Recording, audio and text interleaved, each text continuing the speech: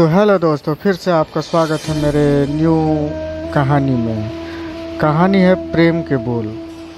तो जैसा कि हम आप जानते हैं, एक गांव में एक मजदूर रहा करता था जिसका नाम हरिराम था। उसके परिवार में कोई नहीं था। दिन भर अकेला मेहनत में लगा रहता था। दिल का बहुत ही दयालु और कर्मों का भी बहुत अच्छा था। मजदूर था, इसलिए उससे उसका भोजन उसे मजदूरी के बाद ही मिलता था। आगे पीछे कोई नहीं था, इसलिए वह इस आजीविका से संतुष्ट था। एक बार उसे एक छोटा सा बछड़ा मिल गया। उसने खुशी से उसे पाल लिया। उसने सोचा आज तक वह अकेला था, अब वह इस बछड़े को अपने बेटे के जैसे पालेगा। हरिराम का दिन उसके बछड़े से ही शुरू होता और उसी पर ख़त्म हो जाता। वह रात दिन उसकी सेवा करता और उसी से अपने मन की बात करता। कुछ समय बाद बछड़ा बैल बन गया। उसकी जो सेवा हरिराम ने की थी, उससे वे बहुत ही सुंदर और बलशाली बन गया था।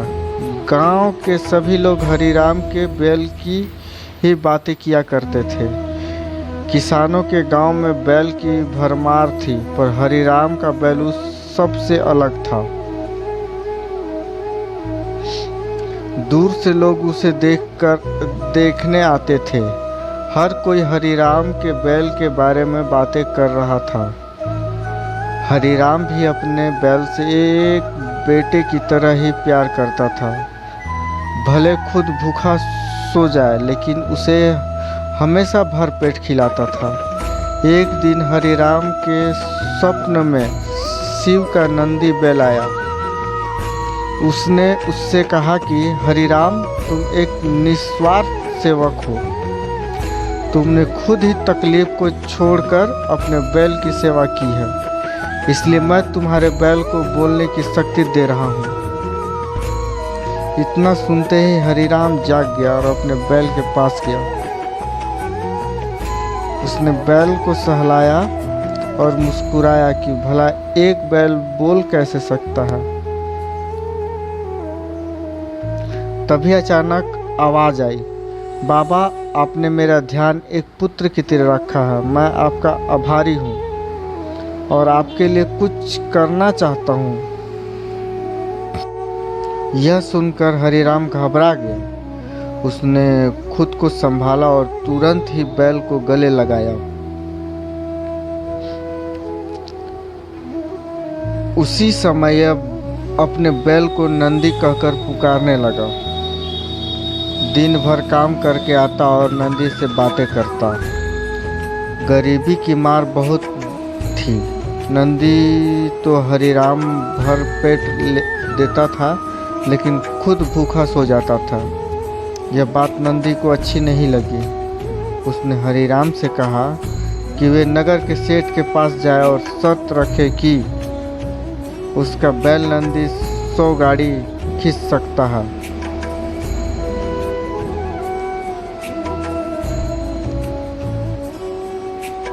और शर्त के रूप में सेठ से 1000 मुहरे ले लेना।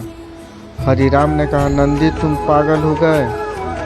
भला कोई बैल इतना भार वहन कर भी सकता है? मैं अपने जीवन से खुश हूँ। मुझे यह नहीं करना। लेकिन नंदी के बार बार आग्रह करने पर हरिराम को उसकी बात माननी पड़ी। एक दिन डरते डरते हरिराम सेठ दीनदयाल के घर पहुंचा। दीनदयाल ने उसे आने का कारण पूछा। तब हरिराम ने शर्त के बारे में कहा। सेठ जोर जोर से हंसने लगा।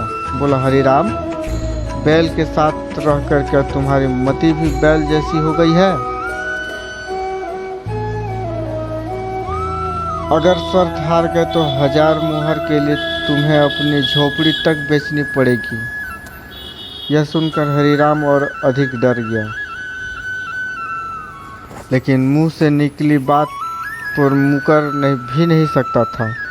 शर्त का दिन तय किया गया और सेठ दीनदयाल ने पूरे गांव में ढिंढोरा पिटवाकर उस प्रतियोगिता के बारे में गांव वालों को खबर दी।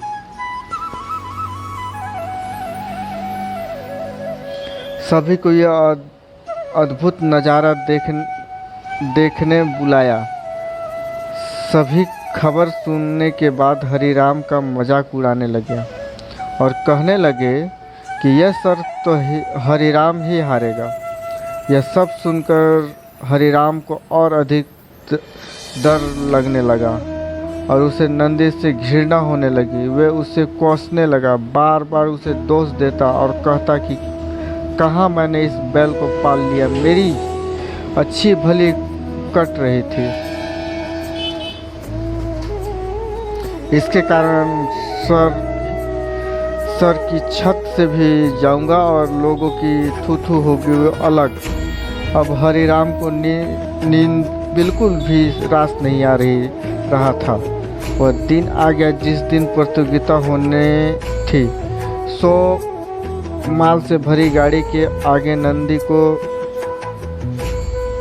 सोटा गया और गाड़ी पर खुद हरिराम बैठा। सभी गांव वाले यह नज़ारा देखकर हंस रहे थे और हरिराम को बुरा भला कर रहे थे। हरिराम ने नंदी से कहा, देख तेरे कारण मुझे कितना सुनना पड़ रहा है। मैंने तुझे बेटे जैसा पाला था और तूने मुझे सड़क पर लाने का काम किया।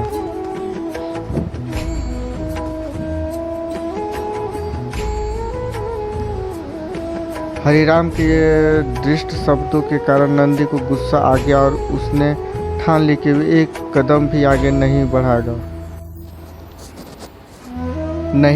और इस तरह हरिराम शर्त हार गया। सभी ने उसका मजाक उड़ाया और उसने अपनी झोपड़ी सेठ को देनी पड़ी। अब हरिराम नंदी के साथ मंदिर के बाहर पड़ा हुआ था और नंदी के सामने रोकर उसे कोस रहा था। उसकी बातें सुन नंदी को सहा नहीं गया और उसने कहा, बाबा हरिराम, यह सब तुम्हारे कारण हुआ। यह सुन हरिराम चौंक गया। उसने गुस्से से पूछा कि क्या किया मैंने? तुमने भांग खा रखी है क्या? तब नंदी ने कहा कि तुम्हारे प्रेम के बोल के कारण ही भगवान ने मुझे बोलने की शक्ति दी और मैंने तुम्हारे लिए सब कुछ करने की सोची, लेकिन तुम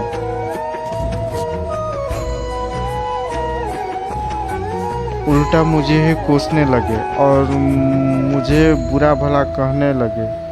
तब मैंने ठानी कि तुम्हारे लिए कुछ नहीं करूँगा। लेकिन अब मैं तुमसे फिर से कहता हूँ कि मैं 100 गाड़ी खींच सकता हूँ। तुम जाकर फिर से शर्त लगाओ और इस बार अपनी झोपड़ी और 1000 मुहर की शर्त लगाना। हरिराम वही करता है और फिर से शर्त के अनुसार 100 गाड़ी